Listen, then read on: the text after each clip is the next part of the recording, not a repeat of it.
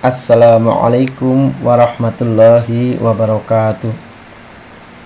Dalam presentasi kali ini, saya akan menyampaikan pemahaman tentang materi Big Data Mining Analytic yang merupakan materi Big Data Analytic yang diambil oleh Prof. Dr. Sarjun David Eskom MSc. Definisi Big Data Mining. Data mining adalah proses penggalian atau pengekstraksian pengetahuan tersembunyi, hidden knowledge, dari data yang tersimpan dalam database berukuran besar.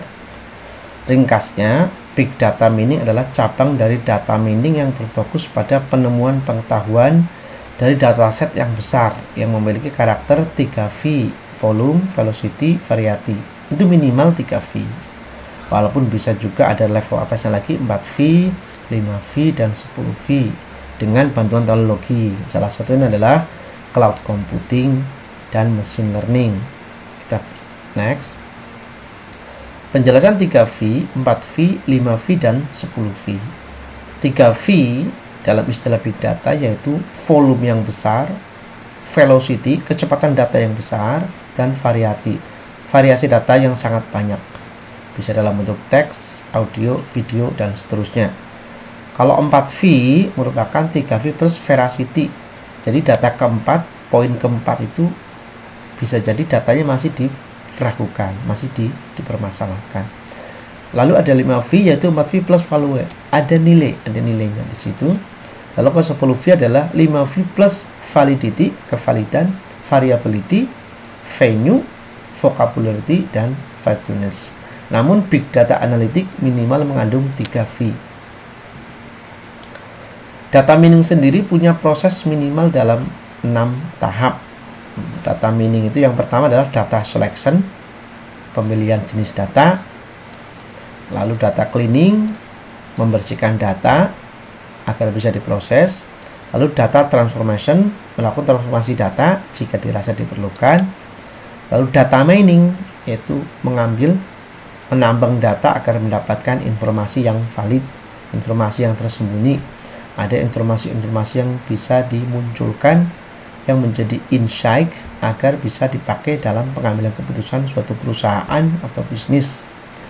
Yang selanjutnya adalah evaluation dan representation of knowledge. Jadi hasil dari mining tadi dijadikan dalam bentuk knowledge. Ada 3 bentuk pengetahuan yang bisa didapatkan dalam big data analytic.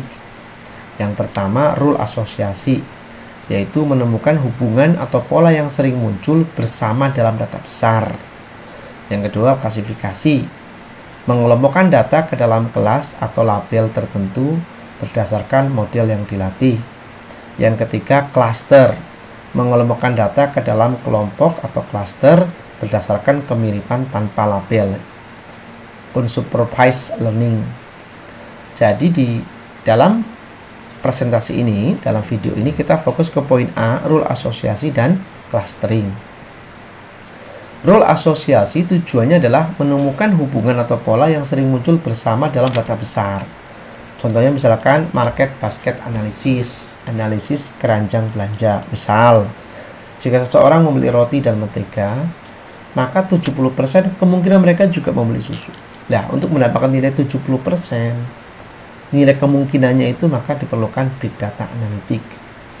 Saat ini ada 2 algoritma yang cukup populer, yaitu a priori dan FP-GROW.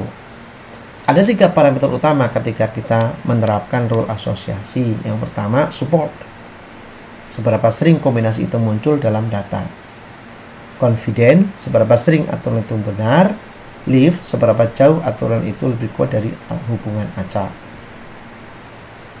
Algoritma a priori intinya ada 3 poin, ada 3 alur.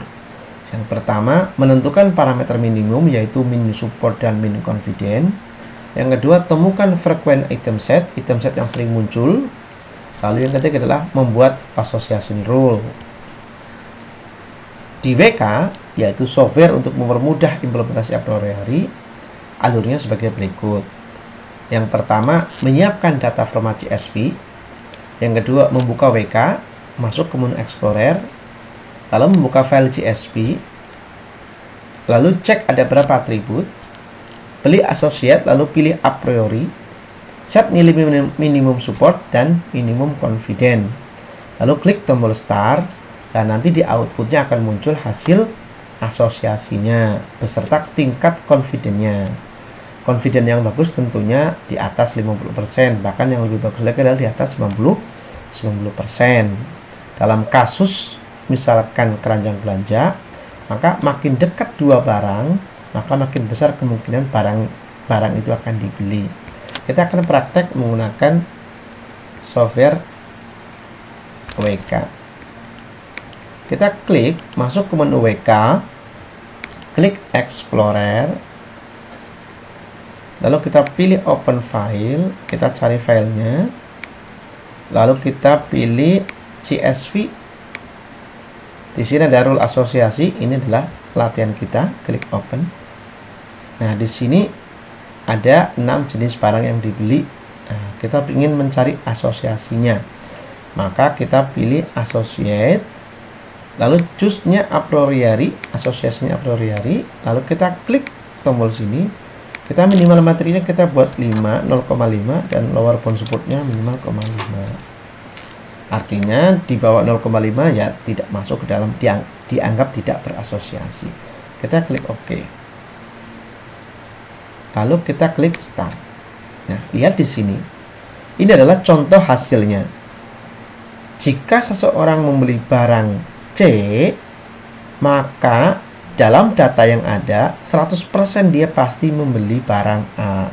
Namun jika seseorang membeli barang A, maka kemungkinan dia membeli barang C adalah 0,67%. Artinya ini tidak timbal balik. Data asosiasi sifatnya satu arah, bukan dua arah. Ini gambaran untuk a priori. Jadi dengan menggunakan software WK Explorer, dengan WK ini kita akan mempercepat proses pencarian asosiasi di big data tanpa harus menghitung secara manual. Untuk selanjutnya kita akan masuk ke clustering. Clustering adalah mengelompokkan data ke dalam kelompok cluster berdasarkan kemiripan tanpa label. Contohnya adalah klasterisasi item-item yang sangat laris dan tidak laris, atau email spam dan bukan spam. Contohnya adalah Kamin dan hierarchical clustering, itu contoh metodenya atau algoritmanya. Ciri-ciri khasnya dari clustering adalah unsupervised learning, jadi tidak perlu label, dan membentuk grup berdasarkan kedekatan data. Contohnya algoritma clustering yang sering dipakai adalah algoritma Kamins. Algoritmanya secara umum adalah sebagai berikut. 1. Menentukan jumlah klaster. 2. Menentukan nilai sentroid, titik tengah. 3. Menghitung jarak antara titik sentroid dengan titik tiap objek. 4. Mengelompokkan objek untuk menentukan anggota klaster berdasarkan jarak. 5. Mengulangi ke tahap 2 hingga nilai sentroid yang dihasilkan tetap dan anggota klaster tidak berpindah ke klaster yang lain. Untuk penerapan di WK, 1. Siapkan data dalam format CSV, lalu ubah CSV ke ARFF dengan software WK. Buka kembali WK dan masuk ke Explorer, buka file ARF pada nomor 2. Pilih atribut nominal yang bentuknya angka. Pilih cluster dan pilih algoritma, pilih simple Kamins.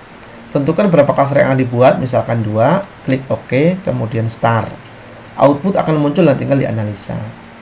Untuk analisa lanjut, kita bisa melihat siapa anggota-anggota cluster dengan cara klik kanan cluster yang terbentuk, klik visualize cluster, klik visualize cluster assignment dan save dengan format RF lalu close.